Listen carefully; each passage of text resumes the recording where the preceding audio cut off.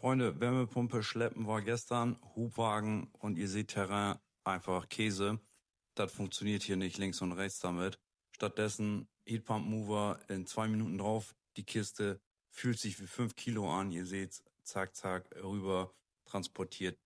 Und der Inhalt besteht halt eben aus diesem Heatpump Mover Gestell. Dann habt ihr hier eine kleine Tasche. Da sind Spanngurte, Tragegriffe und so weiter. Auf jeden Fall sehr empfehlenswert für den Rücken.